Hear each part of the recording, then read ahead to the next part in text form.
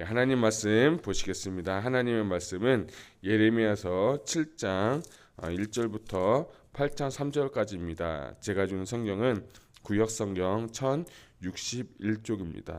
할렐루야! 오늘 새벽에 나오신 여러분들 환영을 축복합니다. 오늘 설교 말씀 하나님 없는 성전, 삶이 없는 예배라는 말씀으로 은혜 받기 원합니다. 단락 구분을 해보면 1절부터 15절은 성전 문 앞에서의 설교, 16절부터 20절은 배교한 백성을 위한 중보 기도 금지 명령, 21절부터 28절은 참된 예배의 본질과 고질적인 불순종, 그리고 29절부터 8장 3절은 흰놈의 아들 골짜기에 가증한 죄악.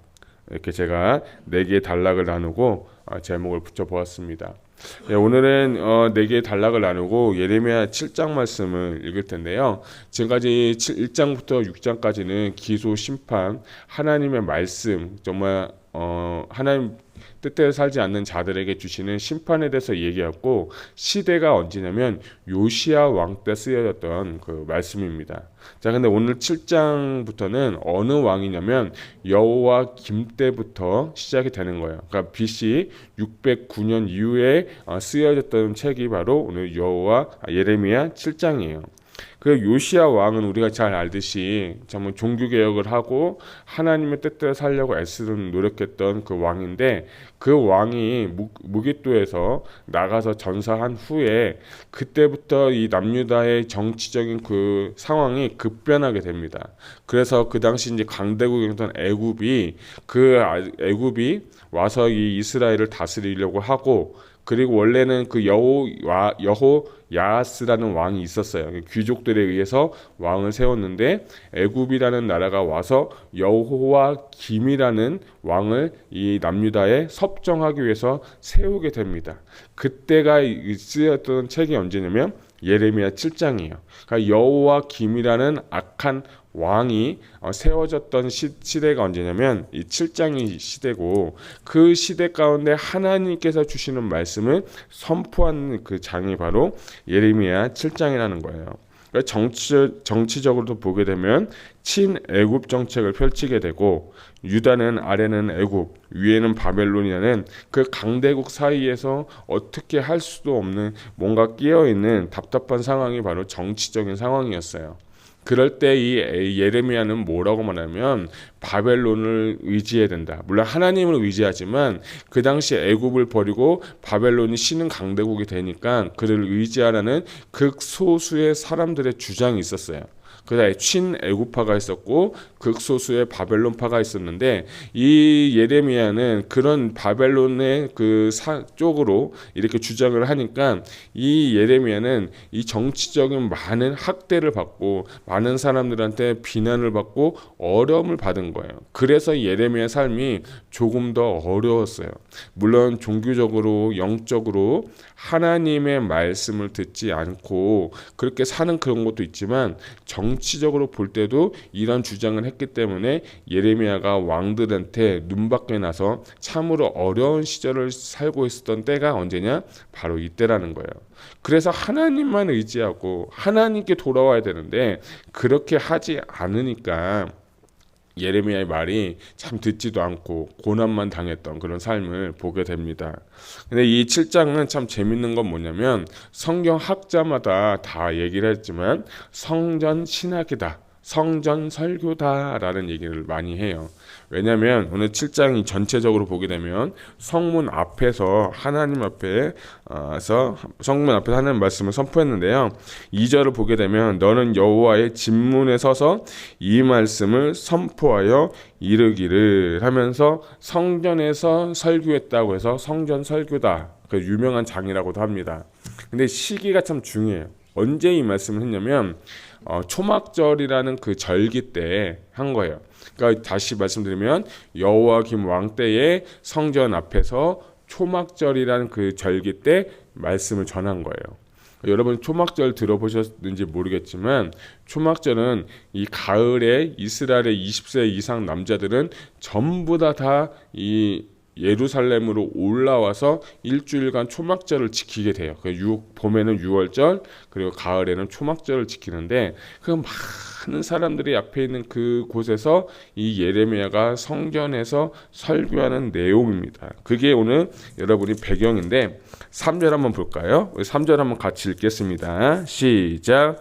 만군의 여호와 이스라엘의 하나님께서 이와 같이 말씀하시되 너희의 길과 행위를 바르게 하라.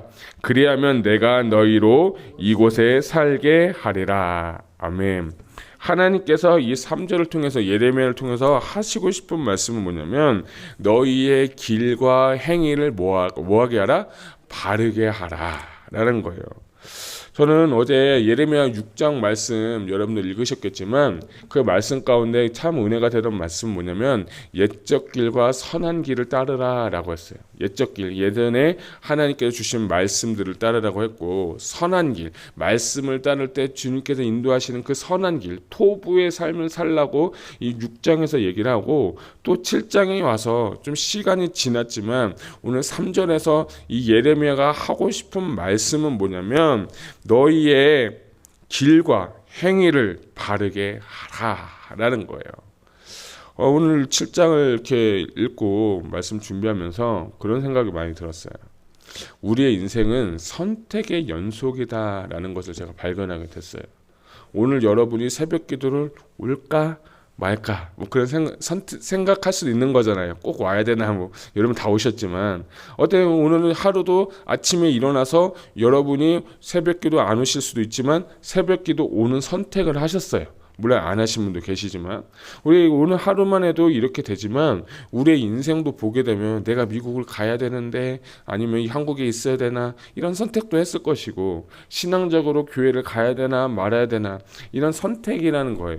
인생은 선택의 연속이고 선택의 결과에 따라서 지금 계속 살고 있는데 이 성경을 보게 되더라도 어떤 선택을 하느냐에 따라서 그 인생의 길이 바른 길과 선한 길로 갈 것이냐 아니면 악한 길을 갈 것이냐는 오늘 우리의 삶 가운데 선택에 달려 있다는 겁니다. 중요한 건 하나님의 말씀을 듣고 바른 길로 가려고 애쓸 때 하나님을 선택하게 될 때 하나님이 여러분의 삶을 인도하시는 줄 여러분 믿으시기 바랍니다.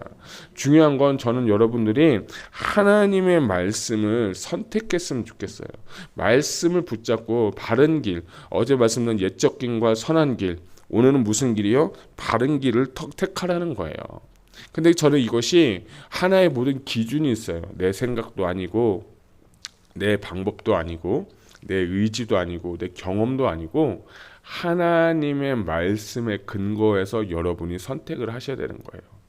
가장 우리의 삶 가운데 중요한 스탠다드가 되는 건 뭐냐면 하나님의 말씀과 율법은 오늘 나에게 뭐라고 말씀하고 있는지를 여러분이 발견하셔야 돼요.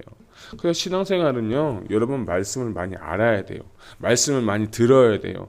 그것만 하는 게 아니라 말씀을 듣고 어디까지 가느냐, 행하는 삶까지 가게 될 때에 그때서야 비로소 말씀이 나의 말씀이 되고 말씀이 나의 삶이 되고 말씀이 나를 이끌고 가게 되는 역사가 일어나게 되는 거예요. 내가 말씀을 붙잡아야지, 말씀대로 살아야지 하는 그 시즌도 있는데 어느 순간 되면 그 말씀이 나를 딱 사로잡아가지고 그 말씀이 나를 인도하는 그 시간이 반드시 있다는 거예요. 그렇게 될 때 힘들고 어렵고 괴롭고 또 고난이 있을지라도 그 길을 하나님께서 인도하시기 때문에 반드시 하나님은 그 길을 뭐라고 말하냐? 선한 길이다, 바른 길이다 라고 주님은 말하는 거예요. 이스라엘 백성들은 이 바른 길, 하나님의 말씀을 듣지도 않고 그 뜻대로 살지 못했다는 것을 발견하게 됐어요. 오늘 아침에 일어나서 설교 준비하고 7장은 다시 한번 제가 쭉 읽어봤어요. 쭉 읽어보면서 21절 아까 우리가 읽었지만 21절을 보게 되면 이스라엘 하나님께서 이와 같이 말씀하시되 너희 희생 제물과 번제물의 고기를 아울러 먹으라.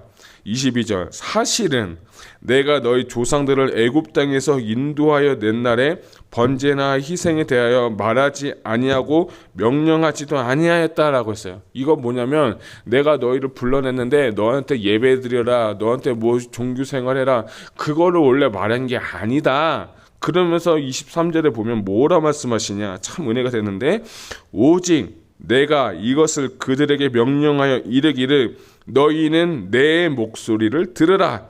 그리하면 나는 너희 하나님이 되겠고 너희는 내 백성이 되리라. 너희는 내가 명령한 모든 길로 걸어가라. 그리하면 뭘 받으리라? 복을 받으리라. 할렐루야. 이거는요 제 말씀이 아니라 하나님의 말씀이에요. 이스라엘 백성들에게 오늘 뭐라 말씀하시면, 성전에서 너희가 하나님의 성전에서 예배드리고 제사드리고 하나님 앞에 올려드리는 것보다 더 중요한 게 있는데, 그게 뭐냐? 내 목소리를 들으라는 거예요. 그리고 그 길로 행하라는 거예요. 이거는요 출애굽기에도 나오는 말씀이에요. 출애굽기 19장 5절 6절에 보면 세계가 다 내게 속하였나니 너희가 내 말을 잘 듣고 내 언약을 지키면 너희는 모든 민족 중에서 내 소유가 되겠고 너희가 내게 대하여 제사장 나라가 되고 거룩한 백성이 되리라 라고 출애굽기 19장에 이미 이야기를 한 내용을 다시 예레미야에 와서 또 비슷하게 말씀을 하는 거예요. 결국에 뭐냐? 쉐마 이스라엘. 쉐마가 듣다라는 건요, 이스라엘아 너가 하나님의 말씀을 듣고 그 말씀에 순종해서 올바른 선택을 하게 되면 하나님께서 오늘 너에게 뭘 주시겠다? 복을 주시겠다가 주님이 말씀하시는 거예요. 그래서 여러분이 복을 받길 원하십니까? 아멘. 다 받으셔야 돼요. 2026년 한 해 다 받으셔야 돼요. 말씀에 순종하시길 축복합니다. 말씀을 알아야 돼요. 말씀을 모르니까 순종을 안 하게 되는 거예요. 그러니까 저는 이 말씀 계속 묵상하면서 정말 하나님은 저부터 하나님 말씀을 많이 읽고 하나님 말씀을 또 많이 알고 지식이 아니라 행하는 데까지 가야겠다. 저는 그런 다짐을 하게 됐어요. 이스라엘 백성들이요 종교성으로 따지면요 우리보다 더 훌륭한 분들이에요. 제가 안식일을 철저하게 지키죠. 헌금 생활 똑바로 하죠. 얼마나 똑바로 합니까? 그런데 주님은 그런 자들을 뭐라고 합니까? 그건 너네 예배 안 받는다는 거예요. 오늘 이 7장의 전반적인 흐름은 뭐냐면, 성전에서 하나님께서 예레미야를 통해서 말씀하시는데 그 성전에서 어떻게 생활할 거냐를 주님이 오늘 우리에게 물어보고 계시는 거예요. 형식적인 신앙, 습관적인 신앙, 그것을 살지 말라는 그런 마음인 거예요. 저는 우리 사랑하는 성도 여러분들이 정말 하나님의 은혜로 살길 원하고 말씀대로 살기를 주님의 이름으로 축복합니다. 특별히 오늘 29절부터 34절까지 보게 되면 읽지는 않았지만 참으로 참 안타까운 일들을 이 사람들이 하고 있는 거예요. 이 사람들이 무슨 일을 하고 있는지를 한번 볼 텐데 30절을 제가 볼게요. 여호와께서 말씀하시되 유다 자손이 나의 눈앞에 악을 행하여 내 이름으로 일컫는 이름을 받는 집에, 예루살렘이죠, 그들이 가증한 것을 두어 집을 더럽혔다 라고 했어요. 첫 번째는 성전을 더럽혔다는 거예요. 우상을 만들어가지고 계속해서 그 전에는 우상을 만들어서 하나님을 알지 못하는 신, 너희를 이끌지 못하는 신은 우상을 섬기는 것에 대해서 신랄하게 비판하고 우상을 섬기는 것에 대해서 죄라고 계속 얘기한 다음에 29절부터 34절 그리고 8장 3절까지 보게 되면 하나의 그 우상을 섬기는데 몰렉신이라는 거예요. 그 몰렉신은 뭐냐면 자녀를 태워서 자녀를 죽이서 그 우상에게 섬기는 것을 하나님께서 그들에게 지금 경고하고 있는 게 29절부터 8장 3절까지의 말씀이에요. 그러니까 종교성은 있는데 마음은 우상을 섬기고, 하나님께서 가나안 땅에 들어가서 이방 신들 섬기지 말라고 그렇게 이야기를 했는데도 이들이 자신의 욕심을 따라서 이방 풍습을 따라서 하나님 말씀 저버리고 이들이 한 일에 대해서 이야기를 하고 있는데, 이것이 왜 문제냐면 레위기에 보면 18장 21절에 보면 자녀를 몰락에게 주어 불 가운데로 지나가지 하지 말라라고 경고했고, 20장에서도 자녀를 몰락에게 주는 이스라엘 사람은 돌로 쳐서 죽이라고 했어요. 그 신명기에도 보면 가나안 땅에 들어가서 자녀를 불 가운데로 지나게 하는 일을 포함하여 이방 종교 풍습을 따르는 이스라엘 사람은 야훼께서 내쫓아 버리라고 했어요. 그러니까 레위기와 신명기의 법을 분명히 주님께서 말씀하셔서 이렇게 자녀들 드리는 거, 인신 매매 또는 인신으로 하나님 앞에 제사 드리는 거 이거 하지 말라고 분명히 말씀하시고 가증한 거리고 이거 다 내쫓으라고 했는데, 오늘 이 예레미야 시대 때 한 일이 뭐냐면 그들의 자녀를 불로 태워 죽이면서 제사를 드려버렸다는 거예요. 주님은 그걸 보면서 오늘 뭐라고 말씀하시면 가증하고 가증하다는 거예요. 34절 보면 뭐라 하냐면, 이때에 내가 유다 성읍들과 예루살렘 거리에서 기뻐하는 소리, 즐거워하는 소리, 신랑의 소리, 신부의 소리가 끊어지게 하리니 땅이 황폐하리라 라는 거예요. 여러분, 그런 말씀 있어요. 심은 대로 거둔다 또는 뿌린 대로 거둔다, 그런 말 있죠. 내가 오늘 선택을 해서 무엇을 심느냐가 너무 중요한 거예요. 육을 위해서 심느냐 아니면 내 영을 위해서 심느냐는 오늘 우리가 할 것이고 그 선택을 반드시 하게 될 거예요. 어제 하루를 여러분 잠깐 돌이켜 봐도 나의 육신을 위해 사는 건지 아니면 나의 영을 위해 사는 건지를 여러분 점검해 보시기 바랍니다. 이 사람도 우상 숭배하니까 결국에는 그 땅이 어떻게 했어요? 토해내서 내버려 가지고 결국에는 포로가 잡혀가는 그런 신세가 된 거예요. 그러니까 그들이 땅에게 잘못된 피를 흘리고 잘못된 가증한 제사를 드리니까 땅이 토하에서 내쳐버려버린 거예요. 이것이 말씀을 순종하지 못한 사람들의 결과인 거예요. 그래서 저는 우리 사랑하는 성도 여러분들이 하나님 앞에서 말씀에 순종하고 말씀대로 따를 수 있는 그런 능력 달라고 기도하는 저와 여러분 되시기를 축복합니다. 내 힘으로 할 수 없어요. 내 생각으로 할 수 없어요. 말씀 읽고 말씀대로 생각하려고 하다 보면 사단이 꼭 방해를 해서 내 생각 가운데 사람을 통해서 환경을 통해서 야 그거 꼭 굳이 해야 돼, 꼭 새벽기도 가야 돼, 꼭 교회 나가야 돼, 꼭 말씀 봐야 돼, 그거면 되잖아, 이런 얘기 들어가면서 신앙생활 하는 건데, 우리가 그런 생각과 그런 소리에 사로잡혀 살지 말고 하나님께서 오늘 나에게 주신 메시지 말씀 붙잡고 승리하는 여러분 되시기를 축복합니다. 그래서 우리에게 필요한 건 무엇입니까? 성령님이 필요한 거예요. 성령님 날 도와주세요. 성령님 날 붙잡아 주세요. 성령님 나와 함께 해주셔서 내가 말씀의 삶을 살 수 있도록 나를 도와주세요. 이런 간절한 기도, 성령님의 은혜를 구하는 기도, 이것을 주님이 원하시는 것을 믿으시기를 바랍니다. 하나님 오늘 분명히 말씀하십니다. 너희의 길과 행위를 바르게 하라. 무죄한 피를 흘리지 마라. 다른 신들을 따르지 마라. 이것이 바로 우리의 신앙생활의 본질이고 하나님을 향한 예배자의 삶이 되는 것입니다. 저는 우리 사랑하는 행복한 교회 이 성전에 하나님의 임재와 영광이 가득하길 원하고요. 또 이 성전에서 말씀이 선포되어서 말씀이 나의 영을 살리고 그 말씀에 의해서 살아가는 모든 성도님들이 되시기를 주님의 이름으로 축복합니다. 오늘도 말씀으로 승리하는 귀한 하루 되시기를 소망합니다. 기도하시겠습니다.